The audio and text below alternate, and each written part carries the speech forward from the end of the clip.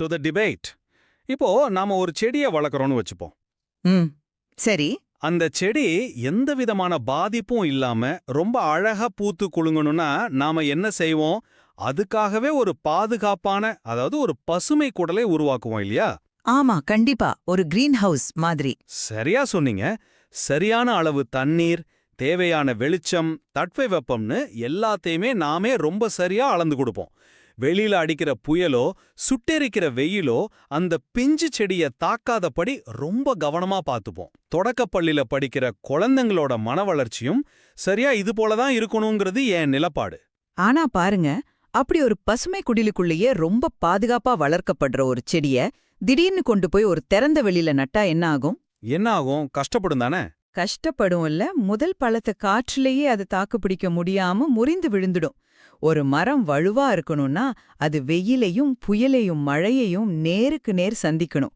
அந்த போராட்டத்துல அதை கையாள்ற விதத்துல தான் அதோட வேர்கள் ஆழமா பூமியில இறங்கும். குழந்தைகளோட மன வளர்ச்சிக்கும் இதுதான் அடிப்படைன்னு நான் நம்புறேன். ரொம்ப அருமையான ஒரு ஒப்பீடு. உண்மையில இந்த முரண்பாடு தான் இன்னைக்கு நம்ம விவாதத்தோட மையப்புள்ளியே. ஆசிரியர் தகுதி தேர்விற்கு, குறிப்பா டெட் பேப்பர் 1 தயாராகிற ஆசிரியர்களுக்கான உளவியல் பாடநூல்ல இருக்கிற அழகு 2 பத்தி தான் நாம இன்னைக்கு விரிவாக பேச போறோம். ஆமா, அதாவது 6 முதல் 10 வயது வரையிலான தொடக்கப்பள்ளி குழந்தைகளின் சமூகம் மற்றும் மனவெழுச்சி சார்ந்த மேம்பாடு. சரியா சொன்னீங்க. இதுல எது ரொம்ப முக்கியம்? ஆசிரியர்கள் வகுப்பறையை ஒரு பசுமை குடில் போல மாற்றி எவ்வித சிக்கலும் இல்லாத புறச்சூழலை உருவாக்கி குழந்தைகளுக்கான நேர்மறையான தற்கருத்தையும் சமூக இணக்கத்தையும் கட்டமைப்பதா? சொல்லுங்க. அல்லது குழந்தைகள் தங்களுக்குள் இயல்பாகவே எழும் கோபம், கவலை போன்ற எதிர்மறை உணர்ச்சிகளையும் ஒவ்வொரு பருவத்திலும் வரக்கூடிய வளர்ச்சி சார்ந்த உளவியல் சிக்கல்களையும் தாங்களே எதிர்கொள்ள அனுமதிப்பதா? திறந்தவெளி மரத்தைப் போல அவர்கள் அந்த புயலை எதிர்கொண்டு உண்மையான மனவிழுச்சி முதிர்ச்சி, அதாவது ஒரு எமோஷனல் மெச்சூரிட்டி அடைய செய்வதுதான் ஒரு ஆசிரியரோட வேலையா? இதுதான் இன்னைக்கு நாம அலச போற கேள்வி. சரி, இதுல என் நிலைப்பாட நான் முதல்ல தெளிவுபடுத்திடுறேன். ஒரு குழந்தையோட உலகம் 6 வயசுல தான் வீட்டை தாண்டி பள்ளிக்கூடங்கிற ஒரு பெரிய சமூகத்துக்குள்ள விரிய ஆரம்பிக்குது. இந்த இடத்துல தன்னிணக்கம், பள்ளி இணக்கம், அப்புறம் சமூக இணக்கம், இது மூணுமே ரொம்ப ரொம்ப முக்கியம். இணக்கம் முக்கியம்தான். ஆனா ஒரு நிமிஷம், நான் சொல்லி முடிச்சிடுறேன். வெற்றி வெற்றியை வளர்க்கும், தோல்வி தோல்வியை வளர்க்கும் அப்படின்னு ஒரு நவீன உளவியல் கோட்பாடு இருக்கு. ஓ, அந்த சக்சஸ் பிரீட்ஸ் சக்சஸ். ஆமா, ஒரு குழந்தை சின்ன சின்ன விஷயங்கள்ல வெற்றி பெறும்போதுதான் நான் ஒரு திறமையானவன் அப்படிங்கிற அந்த உடன்பாட்டு தற்கருத்து அவனுக்குள்ள ஆழமா பதியுது. அதை விட்டுட்டு குழந்தைங்களை தேவையில்லாத சவால்கள்ல தவிக்க விடுறது அவங்களோட ஆளுமையை மொத்தமா சிதைச்சிடும் நான் வாதிடுறேன். உங்க வாதம் கேக்குறதுக்கு ரொம்ப சரியானது போல தோணலாம். ஆனா இதுல இருக்கிற நடைமுறை சிக்கலை நம்ம கொஞ்சம் ஆழமா பார்க்கணும். இங்க நான் எரிக்சனோட மனசமூக கோட்பாட்டை முன்வைக்க விரும்புறேன். சைக்கோ சோஷியல் தியரி, சரியா? எக்ஸாக்ட்லி. மனிதனோட ஆளுமை வளர்ச்சி என்பது 8 நிலைகளை கொண்டதுன்னு அவர் சொல்றார். அதுல ஒவ்வொரு நிலையிலையும் ஒரு வளர்ச்சி சார்ச்சிக்கல், அதாவது டெவலப்மெண்டல் கிரைசிஸ் கண்டிப்பா உருவாகும். நாம பேசிட்டு இருக்கிற இந்த 6 வயது முதல் குமலப்பருவம் வரையிலான காலகட்டத்துல வர்ற சிக்கலுக்கு பெயர் செயல்திறனும் தாழ்வுணர்வும், அதாவது இண்டஸ்ட்ரி வர்சஸ் இன்ஃபீரியாரிட்டி. இது ஒரு விதமான முரண்பாடு. சரி, இந்த செயல்திறன் அப்படிங்கறத நீங்க எப்படி பாக்குறீங்க? வகுப்பறையில இது எப்படி வெளிப்படும்? ரொம்ப எளிமையா சொல்லணும்னா, ஒரு 8 வயசு குழந்தைக்கு திடீர்னு நானும் மத்தவங்கள மாதிரி ஒரு விஷயத்த செஞ்சு முடிக்கணும், ஒரு படம் வரையணும், இல்ல ஒரு கணக்கு போட்டு டீச்சர் கிட்ட காட்டி கைத்தட்டல் வாங்கணும் அப்படிங்கிற உந்துதல் வரும். அதுதான் செயல்திறன். ஆமா. ஆனா அதே நேரத்துல எனக்கு இது வரலையோ, நான் முட்டாளோ, மத்தவங்க எல்லாம் ஈஸியா செய்யறாங்களே அப்படிங்கிற தாழ்வுணர்வும் கூடவே பிறக்கும். இந்த 2 உணர்வுகளுக்கும் இடையிலான இந்த போராட்டத்தை, அந்த சிக்கலை குழந்தை எப்படி நேருக்கு நேர் எதிர்கொள்ளுது அப்படிங்கிற இடத்துல தான் உண்மையான சமூக வளர்ச்சி அடங்கியிருக்கு. அதாவது செயற்கையான வெற்றி சூழலை விட இது மேலானதுன்னு சொல்றீங்க. கண்டிப்பா. நீங்க சொல்ற மாதிரி செயற்கையான ஒரு வெற்றிச்சூழலை உருவாக்கி தர்றதை விட இந்த தாழ்வுணர்வு குழந்தை எப்படி முறியடிச்சு வெளியே வருதுன்னு பாக்குறது தான் நிலையான மனவளர்ச்சி. ஆனா ஒரு நிமிஷம் யோசிச்சு பாருங்க. அந்த தாழ்வுணர்வை முறியடிக்கிறது அப்படிங்கிறது அவ்வளோ சுலபமான விஷயமா? ஒரு சின்ன குழந்தைக்கு அந்த மனப்பக்குவம் இருக்குமா? அது இயல்பான ஒண்ணுதானே. இயல்புதான். ஆனா பாடநூல் ரொம்ப தெளிவா ஒரு விஷயத்த வலியுறுத்துது. தொடக்கப்பள்ளி மாணவர்கள் தங்களுடைய திறமைகளை கொண்டு ஏதோ ஒன்ன வெற்றிகரமா செஞ்சு முடிக்கும்போது தான் மத்தவங்களால நாம மதிக்கப்படுறோங்கிற அந்த உணர்வு கிடைக்குது. அதனால ஆசிரியர் என்ன பண்ணணும்னா, அந்த குழந்தையோட திறமைக்கு ஏத்த மாதிரியான சின்ன சின்ன குறிக்கோள்களை அமைச்சு தரணும். எப்படி அமைச்சு தர சொல்றீங்க? இப்போ ஒருவேளை அவனுக்கு கணக்கு வரலன்னா, அவனுக்கு பிடிச்ச ஓவியத்துல ஒரு சின்ன இலக்க வச்சு அதுல அவனை வெற்றி பெற செய்யணும்.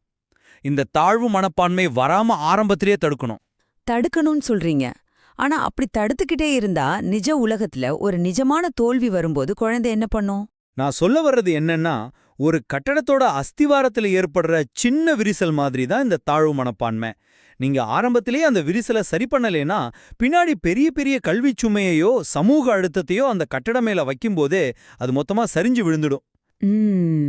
தொடர்ந்து ஒரு குழந்தை தோல்வியை சந்திச்சுக்கிட்டே இருந்தா, எரிக்சன் கோட்பாட்டின் படியே அந்த குழந்தைய எப்போதுமே தோல்வியை தழுவுபவரா மாறிடும், இல்லனா எந்த போட்டியிலையும் கலந்து கொள்ளாம ஒரு பார்வையாளரா மட்டும் ஓரமா ஒதுங்கிடும். இது எவ்வளவு பெரிய ஆபத்து! நீங்க அஸ்திவார விரிசல்னு சொன்ன அந்த ஒப்பீடு எனக்கு பிடிச்சிருக்கு. ஆனா பாருங்க, ஒரு கட்டடம் ஸ்ட்ராங்கா இருக்கணும்னா அதுக்கு வெயிட் தாங்குற டெஸ்ட் பண்ணித்தானே ஆகணும். தாழ்வுணர்வே வராம ஒரு குழந்தைய பாத்துக்கவே முடியாதுங்கிறது தான் நிதர்சனம். ஏன் முடியாது? பாதுகாப்பான சூழலை உருவாக்கலாமே. நிஜ உலகத்துல குற்ற உணர்வும் தாழ்வுணர்வும் தவிர்க்க முடியாதவை. எரிக்சன் என்ன சொல்றாருன்னா, இந்த சிக்கல்களை தவிர்க்கிறது ஆளுமை வளர்ச்சி கிடையாது. மாறாக, தோல்வி அடையும்போது அந்த தாழ்வுணர்வு வரும்போது அதை எப்படி சமாளிச்சு மீண்டு வர்றதுங்கிற அந்த மனத்திட்பத்தை உருவாக்குறது தான் நோக்கம். எனக்கு ஒண்ணுமே தெரியலைங்கிற தாழ்வுணர்வு வரும்போது தான், இல்ல நான் இதை கத்துக்கணும் அப்படிங்கிற உந்துதல் ஒரு குழந்தைக்கு பிறக்கும். அந்த உந்துதல் பிறக்கிறதுக்கு முன்னாடியே அவனோட சுயமரியாதை உடைஞ்சிட்டா என்ன பண்றது? பாடநூல்ல சொல்லியிருக்கிற இன்னொரு முக்கியமான விஷயத்த நான் இங்க ஞாபகப்படுத்த விரும்புறேன். சொல்லுங்க. ஆசிரியர்கள் வகுப்பறையில முட்டாள், வெத்துவேட்டு, உனக்கு மூளையே இல்ல மாதிரியான ஏளனமான வார்த்தைகளை பயன்படுத்துறத கண்டிப்பா தவிர்க்கணும்னு குறிப்பிடப்பட்டிருக்கு. ஏன்னா ஆசிரியர் ஒரு முறை அப்படி முத்திரை குத்திட்டா குழந்தை அதை தன் அடையாளமாவே ஏத்துக்கும். இங்கதான் நான் சமூக இணக்கம் பத்தி பேசுறேன். அதாவது லேபிளிங் பண்ணக்கூடாதுங்கிறீங்க. ஆமா, சமூக இணக்கம்னா என்ன? மத்தவங்களோட உணர்வுகளை மதிக்கிறது, பரிவோடு நடந்துக்கிறது. ஆசிரியர் ஒரு ரோல் மாடலா இருந்து எந்த ஏளனமும் இல்லாம குழந்தைங்க தப்ப பத்தி பயப்படாம கத்துக்கிற ஒரு பாதுகாப்பான சூழலை, ஒரு சேஃப் ஸ்பேஸ் உருவாக்கி கொடுக்கறதான ஆகச்சிறந்த அணுகுமுறை. ஆசிரியர்கள் ஏளனமான வார்த்தைகளை பயன்படுத்தக்கூடாது அப்படிங்கிற உங்க கருத்தை நான் 100% ஏத்துக்கிறேன். அதுல மாற்று கருத்தே இல்ல. ஆமா, அது ரொம்ப முக்கியம். ஆனா பாதுகாப்பான சூழல்ங்கிற பேர்ல குழந்தைங்களுக்கு தோன்றும் எதிர்மறை மன வெளிச்சங்களை மேலோட்டமா அடக்கி வைக்கிறதையோ இல்ல அதை மூடி மறைக்கிறதையோ நான் கடுமையா எதிர்க்கிறேன். பாடநூல்ல சினத்தை பத்தி என்ன சொல்லியிருக்காங்கன்னு கொஞ்சம் கவனிங்க. சினம்னா கோபம், அதுல என்ன இருக்கு? இனத்தை வெறும் கோபம்னு கடந்து போகாம அதை 3 வகையா பிரிக்கிறாங்க. திக்கற்ற சினம், இயங்க மறுக்கும் சினம், அப்புறம் பழிவாங்கும் சினம். இது 3மே ரொம்ப நுட்பமான உளவியல் வெளிப்பாடுகள். இத கொஞ்சம் விளக்கமா சொல்ல முடியுமா? வகுப்பறையில இது எப்படி நடக்கும்? கண்டிப்பா. இப்போ ஒரு 3வது படிக்கிற பையன் திடீர்னு தம் பென்சிலை உடைக்கிறான் இல்ல கத்துறான்னு வைப்போம். அவனுக்குள்ள ஏதோ ஒரு ஏமாற்றம் இருக்கு. ஆனா அதையே வருது, யார் மேல கோவப்படுறோன்னு அவனுக்கே தெரியாது. அதுதான் திக்கற்ற சினம். சரி. அடுத்து, நான் எழுத மாட்டேன், நான் இந்த ஆக்டிவிட்டியில கலந்துக்க மாட்டேன்னு ஒரு குழந்தை அடம் பிடிக்குதுன்னா அது இயங்க மறுக்கும் சினம். இது ஏதோ திமிர்ல பண்றது கிடையாது. தங்களுக்கு எந்த அதிகாரமும் இல்ல, தங்களை யாரும் மதிக்கலன்னு தோணும்போது அந்த சூழலை கட்டுப்படுத்த குழந்தைங்க கையில எடுக்கிற ஒரு ஆயுதம்தான் இந்த ஒத்துழைக்காமை. ஓ, அப்படி சொல்றீங்களா? ஆமா. 3வது, தன்னை யாரோ காயப்படுத்திட்டாங்க, அதுக்கு பதிலடி குடுக்கணும்னு இன்னொரு குழந்தைய அடிக்கிறது பழிவாங்கும் சினம். சரி, இப்போ ஒரு குழந்தை வகுப்பறையில மத்த குழந்தைகளை அடிக்கும்போதோ இல்ல பாடத்துல ஒத்துழைக்க மறுக்கும்போதோ டீச்சர் அதை வேடிக்கை பார்க்கணுமா? பள்ளி இணக்கம் வேணும்னா அந்த இடத்துல கண்டிப்பு தேவைதானே? கண்டிப்பு தேவையா இருக்கலாம். ஆனா அது மட்டுமே தீர்வாகாது. நீங்க சொல்ற இந்த பள்ளி இணக்கத்துக்காக சத்தம் போட்டு அந்த கோபத்தை அடக்கி உட்கார வைக்கலாம். ஆனா உள்ளுக்குள்ள அந்த முரண்பாடு அப்படியே தான் இருக்கும். அதை அடக்கி வைக்க வைக்க எதிர்காலத்துல அது ஒரு பெரிய நடத்தை பிறழ்ச்சியா, அதாவது ஒரு பிஹேவியரல் டிசார்டரா வெடிக்கும். அந்த சினம் ஏன் வருதுன்னு ஆழமா ஆராய்ந்து அதற்கான காரணத்தை கண்டுபிடிச்சு அந்த கோபத்தை எப்படி சரியான வழியில வெளிப்படுத்துறதுன்னு கத்துக் கொடுத்து அவங்கள முதிர்ச்சி பெற செய்யணுமே தவிர, அமைதியா உட்கார்ந்துருக்கான் பாரு எவ்ளோ நல்ல பையன்னு அந்த இணக்கத்துக்காக பெருமைப்படக்கூடாது. சரி, திக்கற்ற சினத்தையும் பழிவாங்கும் சினத்தையும் புரிஞ்சுக்கணும், பகுத்தாயணும்னு நீங்க சொல்றத நான் ஏத்துக்கிறேன். ஆனா இந்த எதிர்மறை உணர்ச்சிகள் ரொம்ப அதிகமாகும்போது அது எவ்வளவு பெரிய ஆபத்தை உருவாக்கும்னு பாடநூல்ல சொல்லப்பட்டிருக்கிறத நாம குறைச்சு மதிப்பிடக்கூடாது. எந்த மாதிரி ஆபத்துன்னு சொல்றீங்க? குறிப்பா கவலை அப்படிங்கிற உணர்வை எடுத்துப்போம். பாடநூல் கவலைய ரொம்ப அழகா வரையறுக்குது. நினைப்பதற்கும் நடப்பதற்கும் உள்ள முரண்பாடே கவலை. அதாவது எதிர்பார்ப்புகளுக்கும் யதார்த்தத்துக்கும் இடையில இருக்கிற இடைவெளி, சரியா? ஆமா, மிகச்சரி. ஒரு 4வது படிக்கிற குழந்தை எடுத்துப்போம். எப்படியாவது கணக்குல 100 மார்க் வாங்கணும்னு பெற்றோர் மற்றும் ஆசிரியர்களோட அளவு கடந்த எதிர்பார்ப்பு அந்த குழந்தை மேல திணிக்கப்படுது. ஆனா அவனுக்கு 60 மார்க் தான் வருது. இந்த முரண்பாடு அவனுக்குள்ள ஒரு தொடர்ச்சியான கவலையை உருவாக்குது. நீங்க சொல்ற மாதிரி இந்த கவலை அவனை செயல்திறன் நோக்கி உந்தி தள்ளல. மாறா என்ன நடக்குது தெரியுமா? பாடநூல் எச்சரிக்கிறத கேளுங்க. இந்த கவலை தொடர்ந்து இருக்கும்போது தெளிவற்ற மனநிலை, எரிச்சல், தூக்கமின்மைன்னு ஆரம்பிச்சு உடல் அளவுல இரத்த அழுத்தம், குடற்புண் வரைக்கும் கொண்டு போகுது. இன்னும் தீவிரமானா மாய தோற்றம் மற்றும் மாய ஒளி மாதிரியான மிக கடுமையான மனதள பிரச்சனைகளுக்கு ஒரு சின்ன குழந்தைய தள்ளிடுது. மாயத்தோற்றம் அளவுக்கு ஒரு குழந்தை போகுதுன்னா அது சாதாரண விஷயம் இல்ல. அதனாலதான் நான் ஆணித்தரமா சொல்றேன், குழந்தைகளோட மூளை இந்த அளவுக்கு ஒரு அதீத அழுத்தத்தை தாங்கற பக்குவத்துல இன்னும் இல்ல. அதனால எதிர்பார்ப்புகளை குறைச்சு அன்பு மற்றும் பரிவு மூலம் நேர்மறையான பாதுகாப்பான சூழலை கட்டமைக்கிறது மட்டும்தான் அவங்களோட மனநலத்தை காக்கும் ஒரே அரண். ஒரு டீச்சரா அவங்களுக்கு தப்பு செய்யற உரிமையை கொடுத்து, பரவாயில்ல நான் இருக்கேன்னு அந்த பசுமை குடில் பாதுகாப்பை கொடுக்கணும். நீங்க சொல்றது ரொம்ப எமோஷனலான உண்மையான ஒரு விஷயம்தான். அதீத கவலையால குடற்புண்ணோ மாய தோற்றமோ வர்றது 100க்கு 100 உண்மை. ஆனா ஒரு நிமிஷம் யோசிச்சு பாருங்க, அது எப்ப நிகழுது? அழுத்தமா மாறும்போது தானே. ஆமா, உணர்ச்சிகளை எப்படி சரியா வெளிப்படுத்துறதுன்னு தெரியாம அதை உள்வாங்கிக்கிட்டே இருக்கும்போது, அது உள்ளேயே புழுங்கி அழுத்தமா மாறும்போது தான் அது மாயத்தோற்றமா வெடிக்குது. நீங்க ஒரு விஷயத்த கவனிக்கணும். பாதுகாப்பான சூழல்ங்கிற பேர்ல எந்த ஒரு சின்ன கவலையும் சின்ன தோல்வியும் வராம நம்ம குழந்தைங்கள வளர்க்கும்போது தான் பின்னாடி ஒரு கட்டத்துல நிஜமான உலகத்தோட நிராகரிப்பை சந்திக்கும்போது அவங்க மனசு மொத்தமா உடைஞ்சு போய் இந்த மாயத்தோற்ற நிலைக்கு தள்ளப்படுறாங்க. அப்படி சொல்ல முடியாது. இல்ல, உங்க வாதப்படி பார்த்தால் மனநலம் என்பதையே நம்ம ரொம்ப குறுகிய வட்டத்துக்குள்ள அடைச்சிடுறோம்னு தோணுது. உண்மையில நீங்க மனநலத்தை எப்படி வரையறுக்கிறீங்க? நான் மனநலத்தை தன்னிச்சையா வரையறுக்கல, பாடநூலோட வரையறையத்தான் நான் இங்க முன்வைக்கிறேன். நடத்த பிறழ்ச்சிகள் இன்றி பிறரோடு இணைந்து போகும் தன்னிணக்கமே மனநலம். ரொம்ப சிம்பிள்.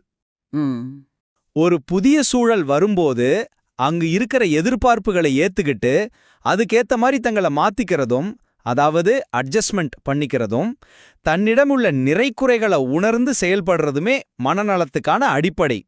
பள்ளிக்கூடத்தோட குறிக்கோள்களோடு ஒத்துப்போறது பள்ளி இணக்கம்.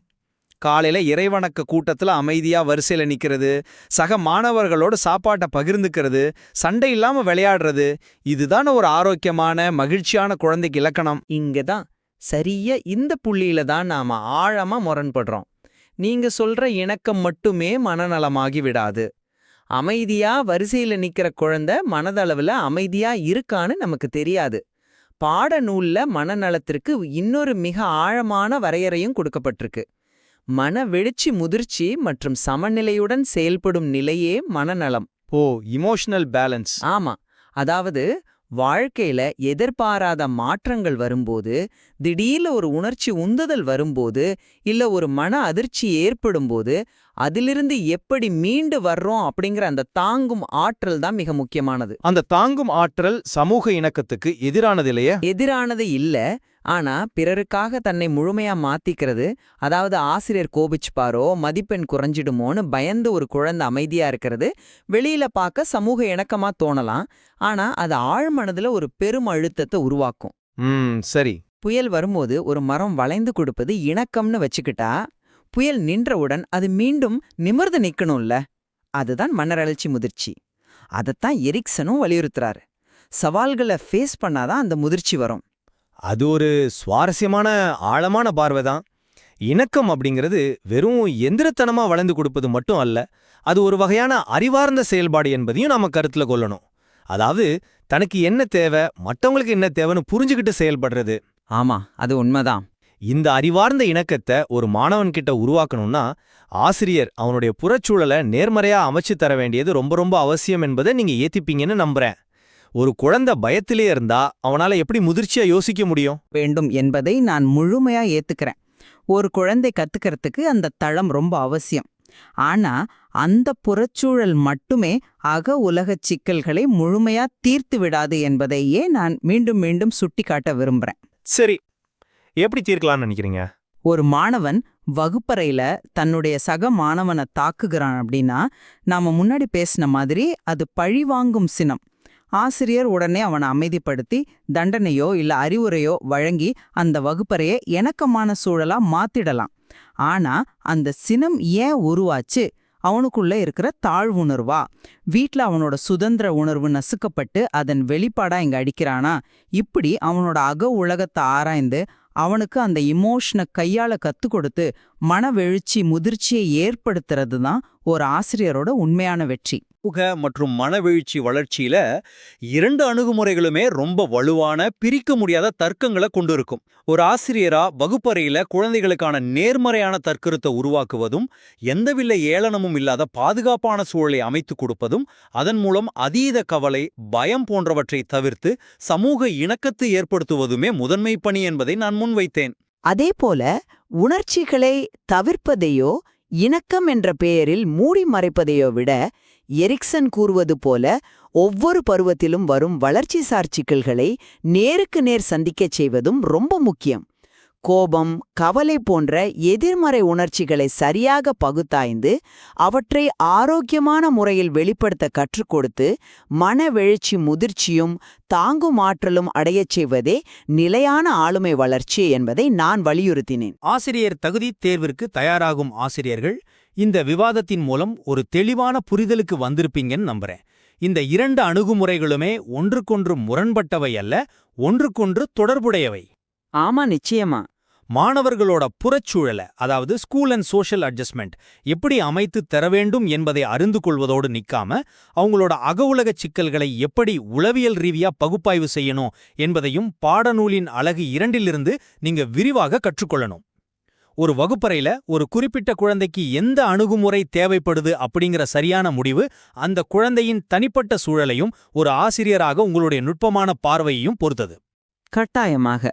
தேர்விற்காக படிக்கும்போது இண்டஸ்ட்ரி வர்சஸ் இன்ஃபீரியாரிட்டி போன்ற கோட்பாடுகளையோ மனவெழுச்சியின் வகைகளையோ வெறும் வார்த்தைகளாகவோ மனப்பாடம் செய்யும் பாயிண்ட்ஸாகவோ படிக்கக்கூடாது. நாளைக்கு நீங்க 40 குழந்தைகள் முன்னாடி போய் நிக்கும்போது இது எல்லாம் வகுப்பறையில எப்படி செயல்படுத்துவது என்ற உளவியல் நுட்பத்தோடு அணுகினால் அது தேர்வுக்கு மட்டுமில்ல, உங்களோட ஒட்டுமொத்த ஆசிரியர் பணிக்குமே மிகப்பெரிய உதவியா இருக்கும். ரொம்ப சரியா சொன்னீங்க. நிகழ்ச்சியோட தொடக்கத்துல நாம பேசின அந்த பசுமை குடில் மற்றும் திறந்தவெளி மரத்தோட உவமைக்கே திரும்ப வருவோம். ஒரு பிஞ்சு செடிய பசுமை குடில்ல வச்சு தொடக்க கால பாதுகாப்பையும் நேர்மறையான சூழலையும் வழங்குவதும் நாம தான். அதே செடி கொஞ்சம் வளர்ந்ததும் அதை திறந்த வெளியில மாற்றி யதார்த்த உலகின் புயலையும் மழையையும் எதிர்கொண்டு தன் வேர்களை ஆழமாக பதிக்க கற்றுக் கொடுப்பதும் நாமதான். பாதுகாப்பிற்கும் சவால்களை எதிர்கொள்ளும் முதிர்ச்சிக்கும் இடையிலான அந்த சரியான சமநிலையை ஒரு ஆசிரியராக நாம் எப்படி உருவாக்கப் போகிறோம்? இதை பற்றி தொடர்ந்து சிந்திப்போம். பாடநூலை இன்னும் ஆழமாக வாசிப்போம். கண்டிப்பா. மீண்டும் ஒரு சுவாரஸ்யமான விவாதத்தில் சந்திப்போம். உங்களின் நேரத்திற்கும் செவிமடுத்ததற்கும் நன்றி.